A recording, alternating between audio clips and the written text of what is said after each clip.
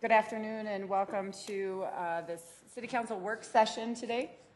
Generally we meet in the other room, but we wanted to meet in this room so we could have it recorded, and so we want to keep it fairly informal like we do working sessions. And so you have a packet in front of you. I also want to recognize that I know we're meeting a little earlier. We usually don't meet this day. But the intent of it being recorded is so that we can have feedback from the citizens and from the public, as well as those that have a vested interest in this particular topic. So today's intent really is with the new law that we had an informational on last week going into effect, House Bill 1172. Today we want to have the conversation of how this impacts mostly those things that we don't already have public input, such as the informational meeting. Our committee meetings, we do honor public comment portion, but we want to draft some sort of feedback framework so it's consistent across the board as we move through this. So again, like I said, the intent is to start with those types of items. The 7 o'clock agenda really already has that time for public input. We have framework created and drafted and is in our packets, and that is alive and well. There is no suggestions on changing that. That would come if someone has some sort of suggestion to change that. That's outside of our realm today. I just want to make sure that we stay focused on where we need to address these items. I see Karen is here, and so she will be here to help us wade through how we create this framework and whatever we want to bring forward. So with that, I will turn it over to you all to either discuss, ask questions, offer suggestions. What is it that you envision so we honor the intent based on what we were given last week? Don't everybody raise your hands at the same time. Anyone. We've got 2 hours. Come on, guys. All right, Councilor Neitzer. Okay, I'll go first. So I'm glad that, I hope we can have a consensus at 7 o'clock. We'll just take off the table, and because we have rules established for that, and I don't want to get hopefully mired down into discussions about what's happened at 7 p.m. meetings. There's public input, and I think for purposes of today, it stays the same. I hope and obviously if anybody disagrees, they can chime in. As far as trying to narrow this down to things that we really need to cover today, as I was kind of looking at this, and I think there's a handout that people may have got, and let me be really clear, it's this is just me thinking. Obviously we have to come to a consensus. I'm only one of 8, so all of this is on the table. As I was looking at this, it seems to me the mayor's budget address and the state of the city, although they're here, they're really called by the mayor, so it would seem appropriate, and they're not going to be anytime soon as well, to kind of leave that to the administration and let them kind of chew on it, and let the mayor think about how he may want to handle it. I don't know that again, it's kind of tough because it's in our chamber, but would seem a little weird to maybe dictate to the mayor how input, or if input has to be done at those. The joint meetings, I think it's just a matter of probably having a discussion with the county, and maybe it's just leadership having that discussion about how we should handle that. And then installation ceremonies, I'd like the attorneys to look at how that'll be handled if we need to at all. And that obviously won't be happening for quite a while. So I think, to me, what really comes down to today is you've got special meetings, you've got budget hearings, informational committee meetings, and then task forces and working sessions. So I guess I was just starting there to see if we could narrow the scope in that way, and if anybody had any disagreement that we should talk about the other ones I was talking about taking off the table. So I guess I'd start there. Maybe go ahead, Councilor Staley. Well, now I'm going to go backwards, because I did make a formal request to our council chair that we would just redefine what's happening at 7 o'clock. So despite what you don't want me to do, I'm going to ask Diane Best to come up here for a minute, because what was a little troubling to me is the wording on this that allows the chair to make the decisions.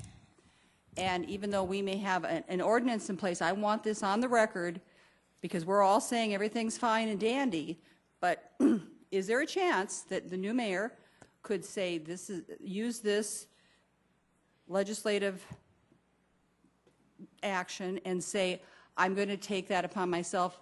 I'm allowing public input, but I'm going to put it where I want to or do this and that with it. Could that happen? Well, the new law does afford discretion to the chairman of the governing body, or, chair of the governing body. But we currently have an ordinance in place that provides that, well, the practice is that the public speaks at the meeting, at the beginning of the meeting. Is the issue? For 5 minutes, right.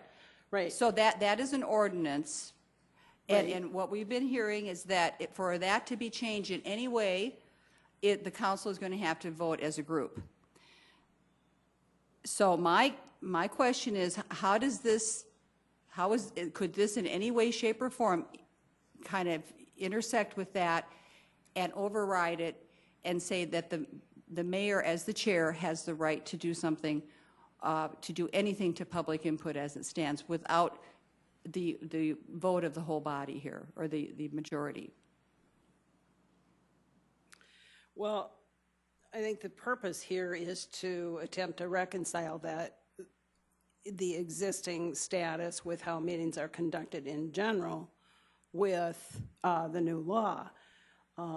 What I had heard is that based on the dialogue, or what I was hearing from the group, based on the dialogue at the informational, was that this body did not have an appetite to change the Tuesday evening practice. Right, I understand, but I'm not aware of any But intent formally, on the I'm just part of saying, in as far as what could be done legally, as the chair of the 7 o'clock meeting, does his ability to change things override our ordinance, or what we have in place now? He certainly does not have that ability until July 1, and then after July 1, there is a question as to what ordinance this body will have in place.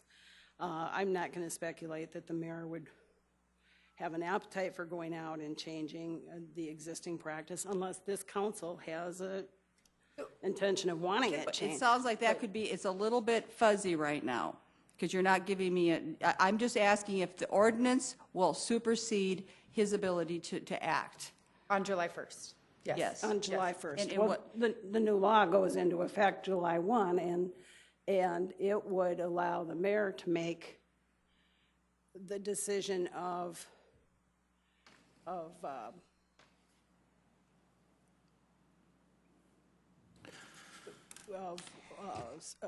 whether to cut someone off from speaking or to allow them to take additional time, that sort of thing. The mayor would exercise that discretion, as the mayor has in the past. The difference would be whether the council would have authority to override. But I think the question really is does the ordinance in place right now override the mayor's ability to make those changes? And I think if that issue is settled, it's a yes or no. So on July 1st, right now we have, according to our ordinance, we have an ordinance in place that says you get 5 minutes. It's at the beginning of the meeting. You can't direct it at each of us, et cetera, et cetera. And so the question is does the mayor have the authority to all of a sudden kick it to the back, kick it to the middle, kick it to 3 minutes, whatever it is, to make changes based on that? And it's really a yes or no answer, because then we can move on to all the other things.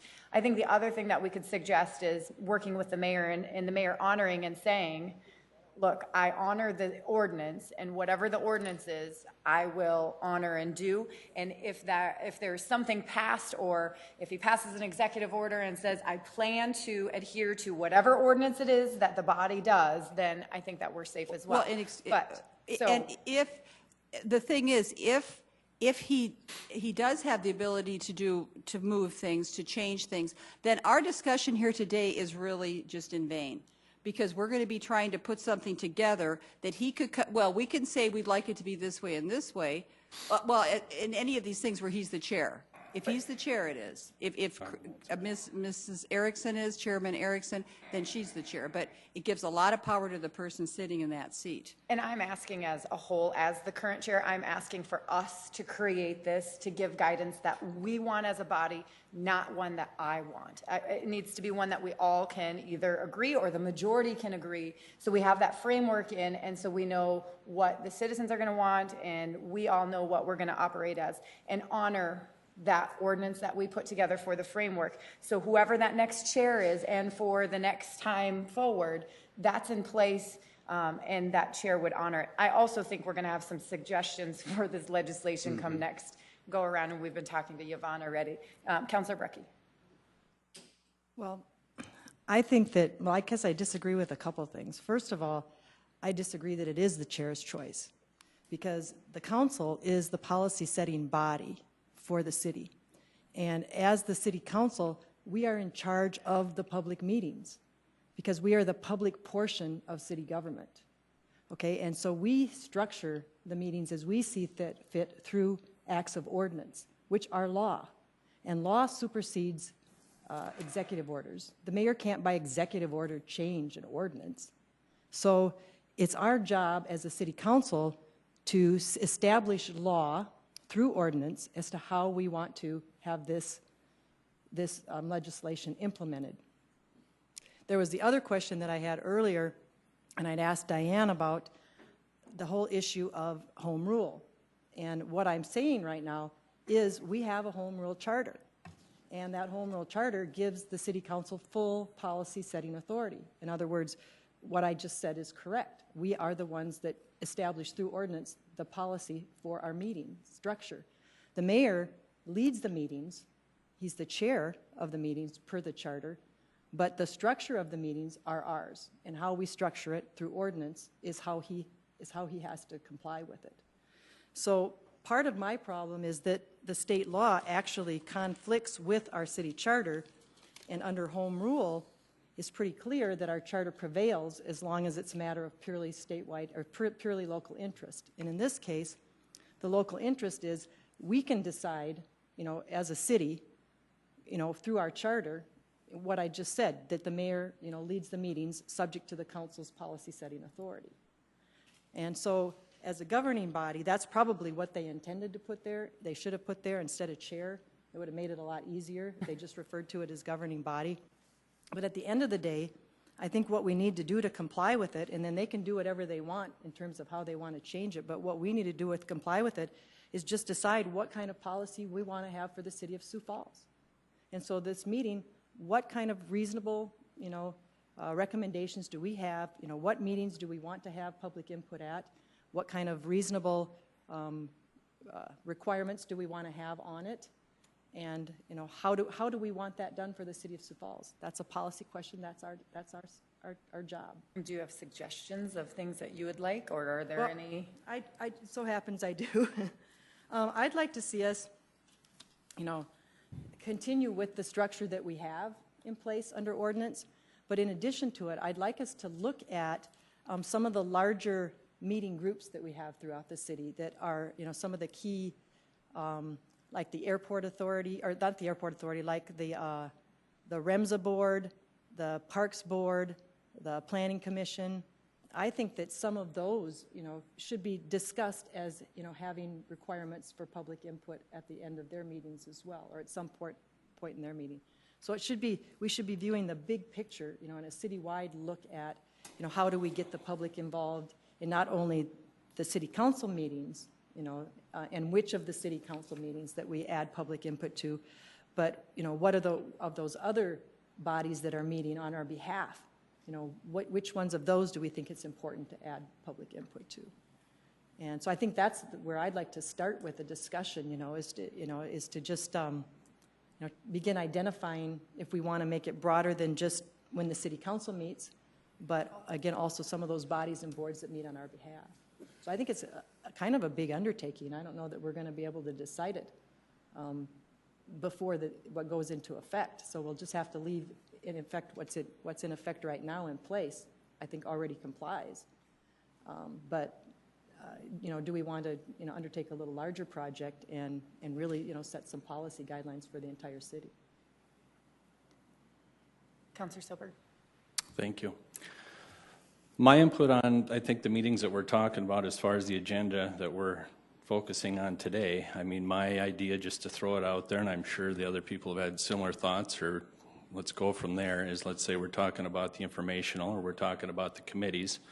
And my thought would be to have allotted 15 minutes at the end of each meeting for public input. Anybody that wants to get up to speak has 5 minutes to speak, speaking on the topics that are in front of us. And if by chance there's enough interest where that time needs to be extended, you can leave it at the chair's discretion or have the people on that committee, whether it's the informational ad vote or not, to extend it if needed. But I have a feeling on the committees and the meetings that we're talking about today, keeping it pretty simple, if that's possible at all, I would imagine that informationals and that will start to see some more participation, and it might need more than 15 minutes on occasion. But as far as our committees and that I think that we've been doing that up till now, where we've allotted some time for public input when needed or we knew it was coming. So I would think we maybe form it around that same fact where we have a certain amount of time that we allot for it. And if people don't have anything to say at that time and they don't come up, that's fine. If they do, they have 5 minutes. And again, keeping it to the topics at hand during those meetings. And if it needs to be extended, we can all have our say as to, I'm sure. I always go back to the annexation task force from last year where we had public input at the end. We had a hearty participation every time, and it went as long as it took. So to me, I think it's kind of something we shape from there and keeping it to the subject at hand for today's meeting. That's my input. Thank you for your feedback, and I appreciate the time allotment, because we're up to, the thing that we need to keep in mind as well is we are up against a timeline oftentimes. Is, we have our 4 o'clock, we have committee meetings, and we also have our 7 o'clock, and so we are on a strict time frame for that as well. I don't know who had their hand up next. I'll go Councilor Staley. Well, and thank you, Councilor Selberg, for that. Thank you. So what I wanted to bring attention to is page 4 of our operations manual. And of any time we have input, I really want to keep this at the forefront. On page 4, it says, any member of the council may call on a citizen to provide additional public testimony. So however we do this, I think it's going to be important that we allow for that if there are extra people. And of course, when we have, let's say we have this working session, and we're going to say, well, who would like to speak? And maybe we ask that at the beginning or something, and that we know if there's 10 people that want to say something, then you could say 3 minutes apiece. But I really hate to cut people off if they're impassioned about coming forth for something. But and actually within the last 2 months, an instance happened where we had a guy talking, if you remember, at our 7 o'clock meeting, and I asked to give him extra time because that is something that we have the right to be able to do. So however this plays out, having that flexibility to me is important. Thank you. Thank you. Councilor Neitzer. Yeah. Real quick, just going back to the question about the 7 o'clock, that is an example, I think, of the unintended consequences where we do have to work with the municipal league and the legislature to try to get this firmed up. And I think it would be, possibly a good idea to ask, the mayor to make some sort of a commitment, although I don't know that he wants to start a constitutional crisis over public input. But so going to the time that kind of Councilor Selberg was talking about, I did write in my little draft, like I was thinking 3, but as thinking about it, 5 could be valuable because then it's consistent throughout all meetings. The only reason I put 3 was because some of these meetings are time bound, and I was thinking, then you get more speakers. But I'm good with 5 if others want to go that way, because that is the benefit of 5, is that then it's not, okay, it's 3 at this meeting and it's 5 at 7. It would probably just easier if it's just 5 across the board. I did put so in my chart, when I put the minimum time, 15 minutes with an asterisk by it, what I was going for there, and please don't read that to mean that I think the chair should only be 15 minutes of input. What I was going after was, in the state law, it says, but not so limited as to provide for no public comment. So I just picked a number. I figured come up with the number of what is the minimum amount of input that we would allow to comply with state law. So you wouldn't just say, well, we're going to allow 2 minutes of public input and then possibly have a legal challenge that it was too limited. So I just picked 15. Now that would be only in the case where we're running up against the clock, and I think it would be good to have direction in our policy that the chair would be encouraged to let input continue as long as time allows. So I mean, if there's 45 minutes of input, great input on something, and we don't have another meeting coming up for 2 hours, great, go for it. Let's have it. And obviously, and then of course the 5 minutes, all of these things are not, we don't have to slavishly hold to. If somebody's making a great point and they're going at 5 minutes and 30 seconds, I don't, it's not necessary to tell people to sit down. I mean, a lot of this is common sense of the chair. I think the end of these meetings would be really beneficial simply because we're not taking action. And, you think about the informational meetings, they come up and we have presentations on certain items. Now the public has heard the discussion, like our public safety discussion, and then they can come up, they've heard everything, they've learned about it, they may have some ideas or questions they want to throw out at us. Whereas if they come up at the beginning, they haven't heard it, it's probably the first time that any of us are hearing about it, so they don't have any information on it of which to make any comment. The other thing too is that when we're time bound by these meetings, we need to make sure we're getting things done. So, but I think that's where it would be important, if we're going to commit that we're going to allow, 15 minutes bare minimum, as long as there's speakers. If there's no speakers, well, then you don't sit there for 15 minutes. But that's where I think the clerk and the chair would have to watch the clock and say, well, we need 10 minutes setup time, whatever, for the next meeting. Therefore, I'm going to have to make sure I stop, at 25 minutes too, so that I can ask for public input. So I make sure we allow that amount of time and we don't run out of time and now we haven't allowed input. So just a few more thoughts. Councilor Brecky. I like both of the suggestions from Marshall and Greg, and I was thinking that, maybe it would